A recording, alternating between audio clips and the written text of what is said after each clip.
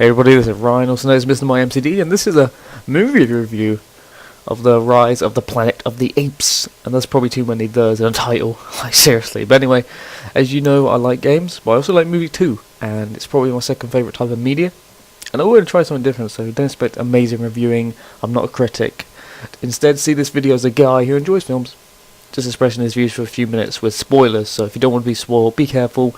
I'm just warning you. Right, so The Rise of the Planet of the Apes was a pretty good movie. I was quite interested in it when I first heard about it, so I decided to watch it. And some people might say this film looks dumb and stupid, but I enjoyed it. Felt the way Caesar, who's the main character of this film, the CGI monkey, sorry, not monkey, ape, there is a difference, interacted well with the characters, and the CGI was really well done. And I mean, when you've got the same talents and the same people working on Avatar for this film, I mean, why wouldn't you? But Caesar felt human, and I ultimately felt attached with Caesar, and it was really nice to see the steady progression of Caesar growing up from a baby to an adult, interacting with people, the environment around him, and the first hour is pretty much that, and it's pretty darn good, to be honest. The main guy, who I can't remember his name, he's basically the guy in the lab coat, did a really good job in his role. I liked how he wasn't just helping Caesar growing up, but helping his farmer with Alzheimer's, which is quite a nice side story there. But the film really is Caesar. Caesar, the CGI ape, steals the show, and for good reason. But what I liked about the film is that, as the guy in the lab coat, as I will call him because I can't think of a better name, is developing the serum to cure Alzheimer's. The film doesn't get too sciencey like some.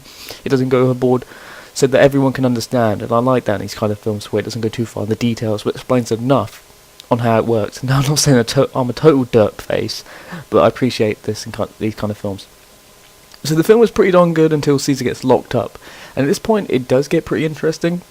How Caesar escapes, how he manages to become king of the apes per se, and frees them. But this is where the film starts to get a bit ridiculous for me. The performances flatten a little, like the zookeeper, who I think was the guy in Harry Potter. I've forgotten his name as well. He just didn't go for me. I felt a stronger, more sinister role could have been there, and he was he's practically a kid, and there was a scene where him and his co-worker, they bring along these two girls into the zoo for fun, and I mean, who does that seriously? I know it makes sense, you bring people to the zoo, because, you know, it's quite fun to see, but they bring them at night, and they just tease these apes with food and stuff, and I mean, it's just ridiculous, but not as ridiculous as this. So the apes are escaping, and it makes sense because Caesar is super intelligent, and some of the other apes are quite clever as well. And it's expressed repeatedly in the film how not every ape is super intelligent, but they're stupid, by either the other apes or them or whatever. And when Caesar goes into this community of apes for the first time, being locked up, you see that because Caesar stands out.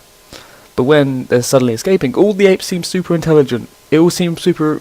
I was going to say super realistic, but that sounds retarded. It all seemed realistic, and I like that in these films, keeping it ground level. But when you see them come over the ledges with spears like Roman soldiers, I was like, what the fuck is going on? But it looked cool and the action was well directed, sure.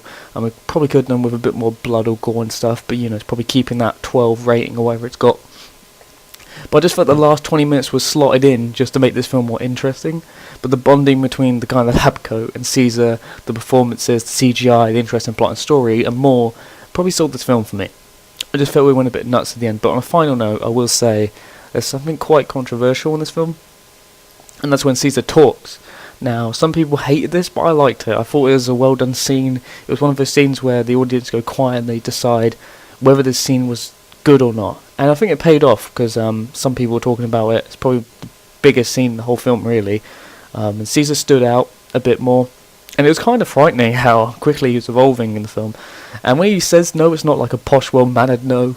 It was more of a growl, so that I like that. And he talks at the end of the film by saying, Caesar is home, or something like that. And that didn't bother me either. But anyway, this is a pretty good film nonetheless. Just got a bit silly in parts. And yeah, I suggest you watching it. It's pretty cool. There is...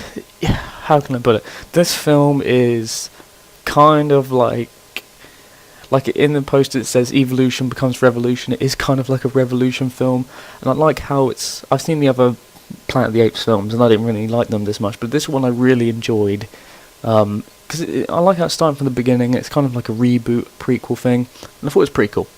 And I mean, you know, you got to see a film with a bloody gorilla jumps off a bridge, attacks a helicopter, and takes it down. That's pretty